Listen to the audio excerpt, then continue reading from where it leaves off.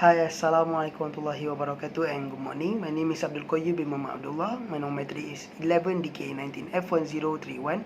I'm from class DK4B. Today I want to do an experiment for impact of a jet. So let's start the experiment. In the hydropower plant, turbines are utilized to generate electricity. This turbine rotates the wheel, the radiation force produced when one or more water jets are directed tangentially on the vanes or bucket that are fastened to the rim of turbine disc. The impact of the water on the vanes generated of a turbine on the wheel causes it to rotate and to generate electricity. The study of the radiation force, which is the application of conservation of momentum principle in an extension step in the subject of mechanical of fluid and hydraulic machine. The objective of the experiment is to investigate the radiation force produced by the change of momentum of a fluid flow as a jet of water strikes a flat plate or curved surface and compare the result with the computed moment flow rate in the jet. The application of the study of movement of a fluid flow in the impact of jet apparatus. Water enters the cylinder to the nozzle and strikes the target mountain of steam. A weight pen on the top of steam, the allowed force and weight pen to counterbalance by apply the mass. Water issue from the nozzle after strike the target plate lift outlet hole in the base of the cylinder, and the target plate measure to add weight to the panel weight pen until the mark of weight pen correspond with the level gauge. Remove the top plate and transparent cylinder from the equipment and check and record exit diameter of the nozzle. Screw the 90-degree deflection on the end of the shaft. Connect the inter tube to bench quick release connector and replace the top of transparent tank and do not fix the nuts. Using the spirit level, attach the top level to transparent tank by adjust the feet.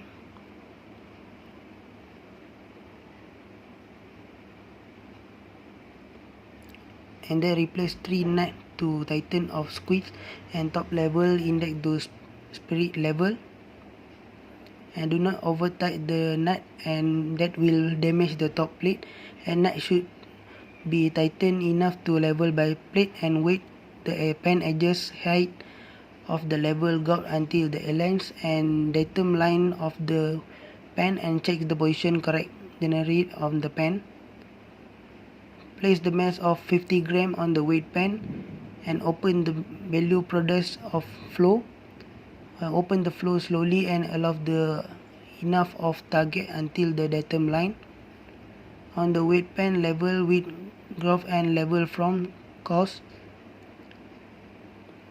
Observe and note the flow behave during the test. Now measure using the volume tank and close the ball of the measure in the time tank of the equipment and volume the fluid of tank and measure from the sense glass and replace the produce and add the 50 gram each and time until a maximum weight of 500 gram is reached. The repeat of the whole test each of the other flow deflection, then replace the test each of the other flow deflection. To change the target plate under the knuckle screw and top and remove from the transparent tank. Take care to overthink the knuckle and when replaced, and top plate as the can damage the plate. When finished, take reading, replace the deflection back to the first one used, and be sure clean the station and water to make the split. Follow the lab and complete the table to put together lab. If you have any question, consult your teaching assistant or professor. Pengiran untuk water jet force. Yang pertama adalah measuring value for flat plate. Untuk dapatkan nilai average measure time, kita perlu tambah ketiga-tiga nilai measure time dan bagi kepada 3 untuk mendapatkan 39.04. Untuk mendapatkan nilai flow rate, kita perlu bagi volume bagi masa. Volume 5 liter kita akan tukar kepada meter padu kadang kita akan dapat 0.005 bagi dengan 39.04, kita akan dapat nilai 1.28 darab 10 kuasa 4. Yang kedua, measuring value for atmosphere. Untuk mendapatkan nilai average measuring time, kita perlu tambah ketiga-tiga nilai measuring time dan bagi kepada 3 untuk mendapatkan nilai dia iaitu 54.82. Untuk volume rate, kita perlu bagi volume bagi time iaitu 5 liter ke meter padu iaitu 0.005 bagi dengan 54.82 untuk dapat nilai 9.09 darab 10 kuasa negatif 3.